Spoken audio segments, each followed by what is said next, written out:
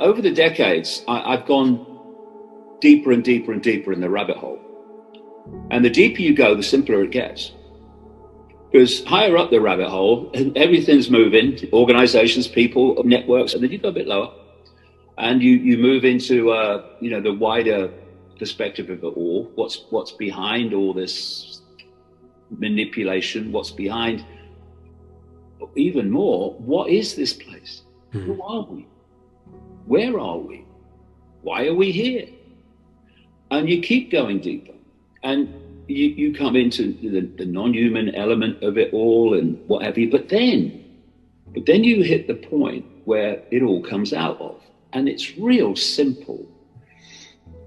Perception comes from your state of consciousness. And perception becomes behavior. And collective behavior is what we call human society. So if you follow back from human society, all the stuff that goes on, you go through perception, or you go through behavior, you go through perception, and then you go through to consciousness. So what is driving people is their state of consciousness. And so when you go really deep in the rabbit hole, you realize that, you can talk, and I do, and I have done at great length over the years, about networks of manipulation and satanic groups and secret societies. You can do all that. And it needs doing, of course it does, so we know what's going on. But in the end, what's driving the secret society networks that I call the global cult that's behind the dystopian agendas is their state of consciousness. Those who are awakening and seeing it are awakening and seeing it because of their state of consciousness. And people are not seeing it because of their state of consciousness. So what is going on here? So when I started to realize that in the early 90s that this global network existed and what its game was, I started to ask the question, when did it start? And you comfortably go back into the ancient world. You go back into ancient Egypt, into ancient Babylon and Sumer and so on. And you see people coming in and going out, being born and then dying, being born and dying, well, the body dying anyway. They play a part in advancing this agenda and expanding it to its global state now. Then they pass on. And then other people come in, the next generation does it. And I looked at it and I thought there has to be a organizational force that's spanning this period of in, out, individual contributions to advancing this agenda. And then I started to look around the different cultures and the different religions, looking for a common theme for what this force might be. And you start to realize that actually, although they use different names, that they're describing the same force over and over again in all these different areas. So the Christians talk about Satan and the devil and demons. The Gnostics, who were not Christians in that sense, they talked about a negative force called Yaldabaoth and archons, which were the Christian demons. Then you look at the other different cultures, like the jinn of Islamic belief. I was in a taxi being driven by a Muslim taxi driver from New York once, and he asked me, he said, "What do you do?" I said, "Well, we start talking." And I started talking about these Gnostic archons and what the Gnostics said they were all about. And he said to me, "Well, that sounds like the jinn. That's just like the jinn." Yeah, because you see this theme. The different names throw people, but it's the same theme. And I've just got a book out called Perceptions of a Renegade Mind. And the last chapter is called Escaping Wetiko. And it's called that because I then come across the name the Native Americans use, or at least the Cree tribal group use, for this same force. And they call it Wetiko. And basically what all these things are describing, all these different belief systems are describing, is a state of consciousness, a very inverted, chaotic, what we would call evil consciousness. But my definition of evil is the absence of love. Once love's gone, evil remains. But bring in love, evil's gone. And when I looked at how the Creed described Wetiko, it was the archons, it was Yaldabaoth, it was all these things. It's a state of consciousness that's in a very low vibrational frequency state, very chaotic, very inverted. That's why expressions of it, like Satanism and what have you, they use inverted symbols, for instance. Satanists invert the pentagram, they invert the cross. Mm-hmm. Inverting the cross is not to do with Christianity. The cross is an ancient symbol. They just invert everything. So this Wetiko is a state of consciousness, which at its most extreme is what brought psychopathy into the world, psychopaths. They have a list of traits. It's called the Hare test, named after the guy that developed the list.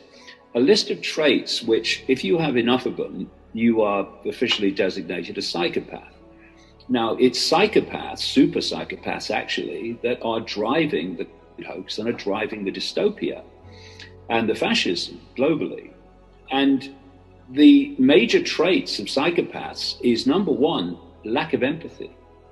The inability to put yourself in the experience of others you're affecting. Empathy is the fail-safe mechanism of human behavior. If you don't have empathy, there are no limits. There's no fail-safe mechanism to kick in. I can't do this to this person because I can empathize with how it must make them feel. No limits. Satanism is expressions of this Wetiko at its most extreme. Lack of compassion is another major trait of psychopaths. And so you hear over and over again, when you're explaining what's going on, you hear, they would never do that. No, you would never do that. They would do it and get off on it.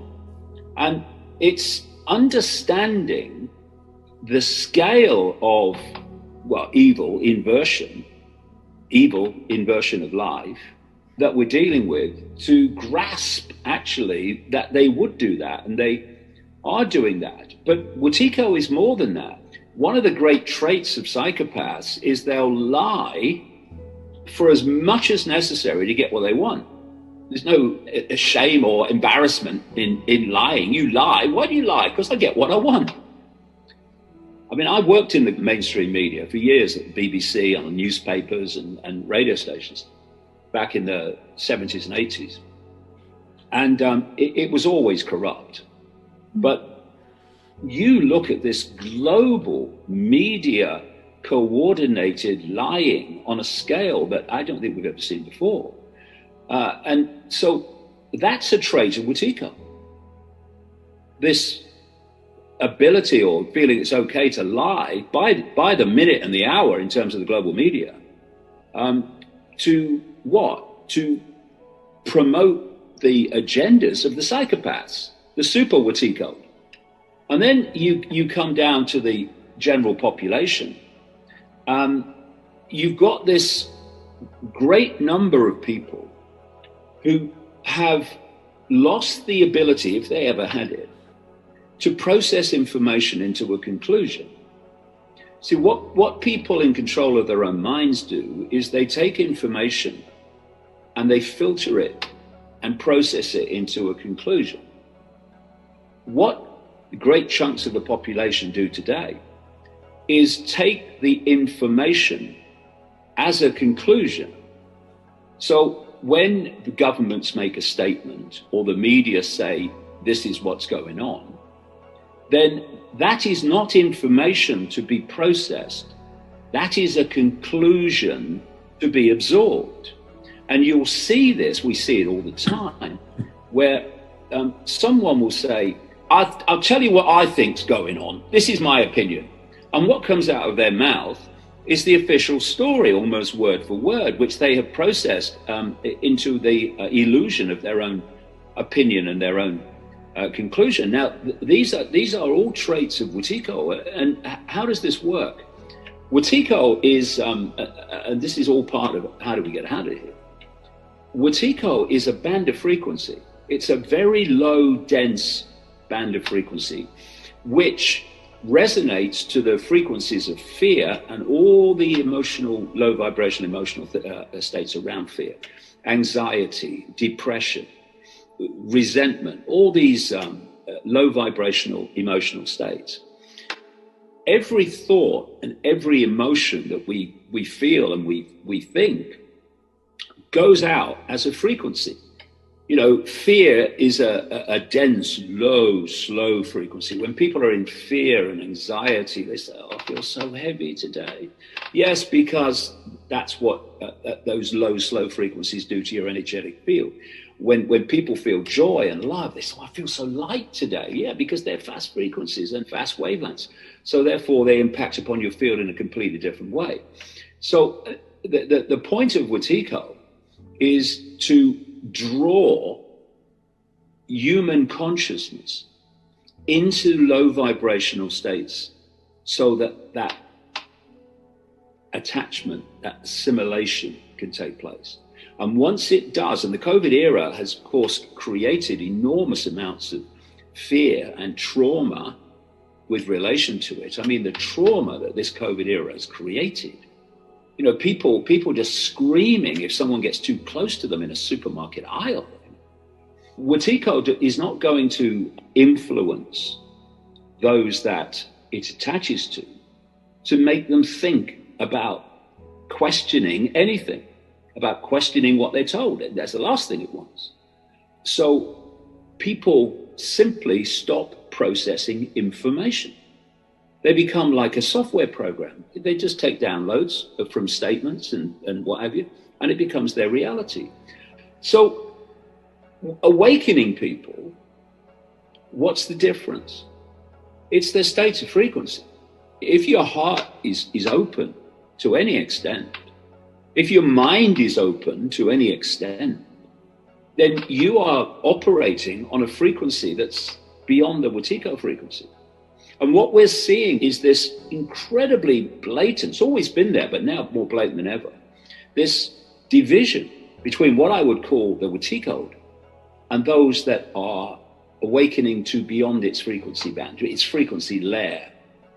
And the perceptions of these two groups is so massively different now, because one is basically channeling Wetiko in terms of its perception, and the other one is processing its perceptions from a much higher level of consciousness. All the way through human history, you've seen this same recurring theme, that there is a force, a negative force, which is trying to manipulate the perceptions of humanity.